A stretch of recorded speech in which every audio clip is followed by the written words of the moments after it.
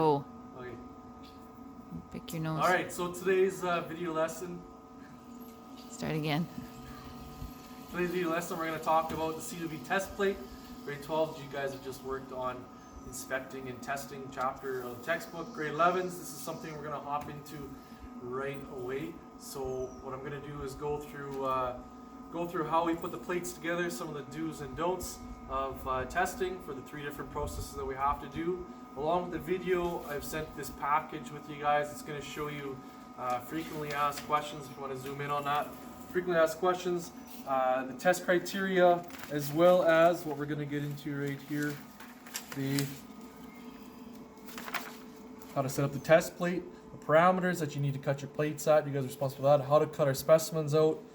Some more questions, and also grade 12s for your level 1. We have to do a torch test. And I have a sample of that here, which I'll talk about maybe in a separate video. Keep this one short.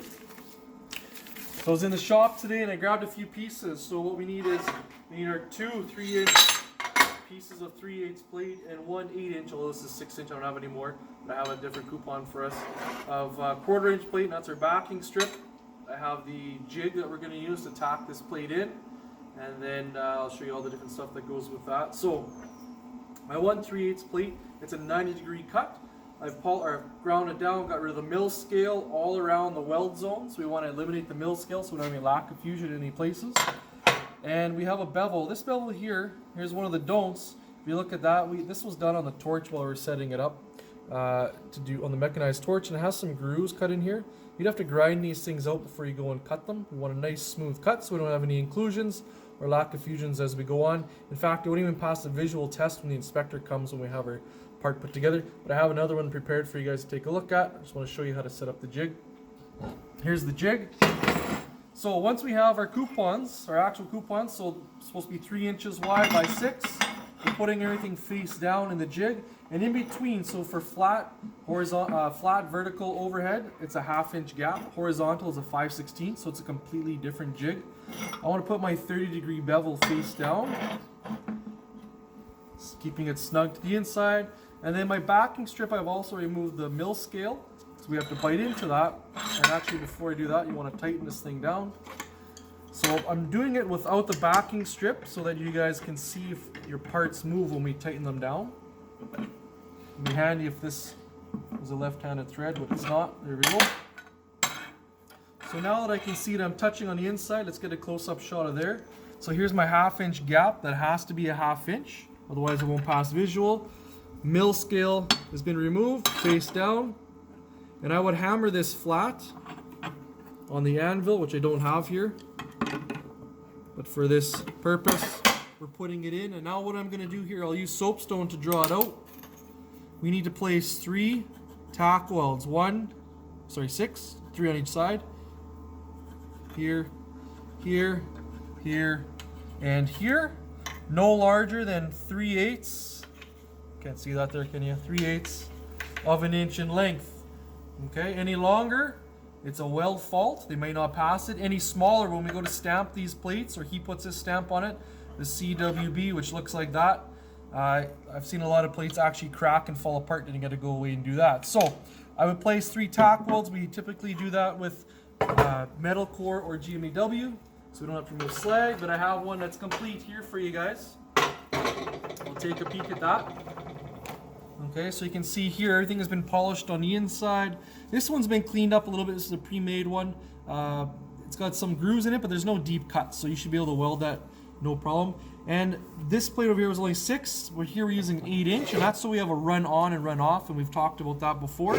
That's so we can start on scrap, weld into our part, and then finish on scrap, so we maximize, we don't get a crater here and start decreasing our depth of penetration throughout the plate, or get any cold weld at the beginning. So that's how it gets set up for every process that we're doing with the 4 flats.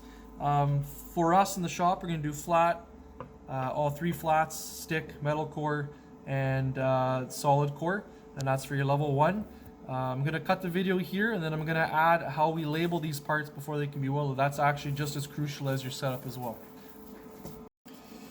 Okay, so you guys are going to see this on the actual sheet, but what we have to do here is we have to stamp our part.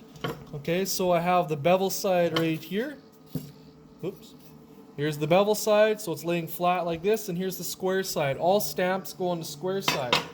So if you can see it better on this paper here. So we need to mark out a 1/2 inch from each 6-inch plate with soapstone. Okay, so just my soapstone there, and then we need 3 equal pieces that are approximately 1.5 inches wide. That's finished ground, ready to be bent. You'll see the specifications in the package when you go through there. So I'm going to flip my plate around just so I can draw. I'm going to issue you guys a student number, and usually it's a 3-digit or a 2-digit number. I make them up, but let's say my number, my welding number is going to be 59. Okay? So the first number that you're going to place on here is the position. So we're doing 3 flats, so each coupon needs to be stamped the 1. That's your very first digit, very clearly marked. A lot of times what we'll do is grind this area ever so slightly to get rid of the mill scale. Your stamp will take effect. The next number above that is going to be your personal number, your welding number. I'm 59. I stamp that immediately above, keeping the gap in between very small. The farther I stamp up, the closer I get to weld, spatter, and grinding marks and removal of number. The third final digit you guys have to put on is your position. 1 is flat, 2 is horizontal, 3 is vertical, and so on. Because this is flat, it's another 1. We want to keep that within the first inch, 1.25 inches, because the inspector is going to come along and he's just going to start stamping randomly on each coupon his official stamp, which looks like a C, a W, and a B in a circle. And a lot of times they're pounding out these plates and they can get quite close. So keep it tight. That way when they stamp theirs, they'll keep it relatively close to the bottom and we stay out of this zone here.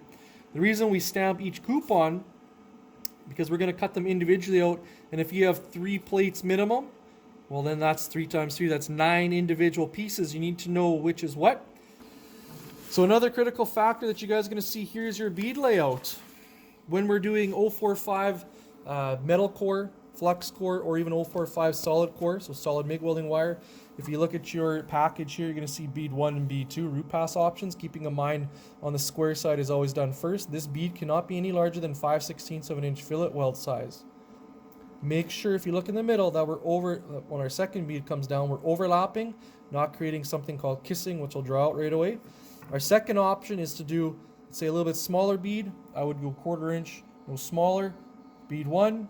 You would flip your plate around after you stop and start. It's bead 2 over here, leaving a clear gap in the middle to penetrate into this base plate and complete a 100% sound weld down the middle. After that is done, you would then complete your progression, as in 4, 5, 6, 7, 8, 9, and then do your cap 10, 11, 12, keeping the cap as tight as you can. I'll demonstrate some of that for you guys. Okay, so kissing looks like this. Here's your square side. Here's your bevel. So if you have too much of a fillet weld or it's too concave and you go to put your other weld down, you've now kissed these 2 beads together and you've created a hollow gap, which may just be full of slag, or if it's MIG welding, it could just be full of air. When you finish your welding, you pull off your backing strip and you see basically a groove or a line of slag down the middle. Your plate is now void, it does not pass, and you don't get your tickets. So I'll run some beads for you guys. I'll take some photos. We'll send it up. Open up this package. Read it thoroughly.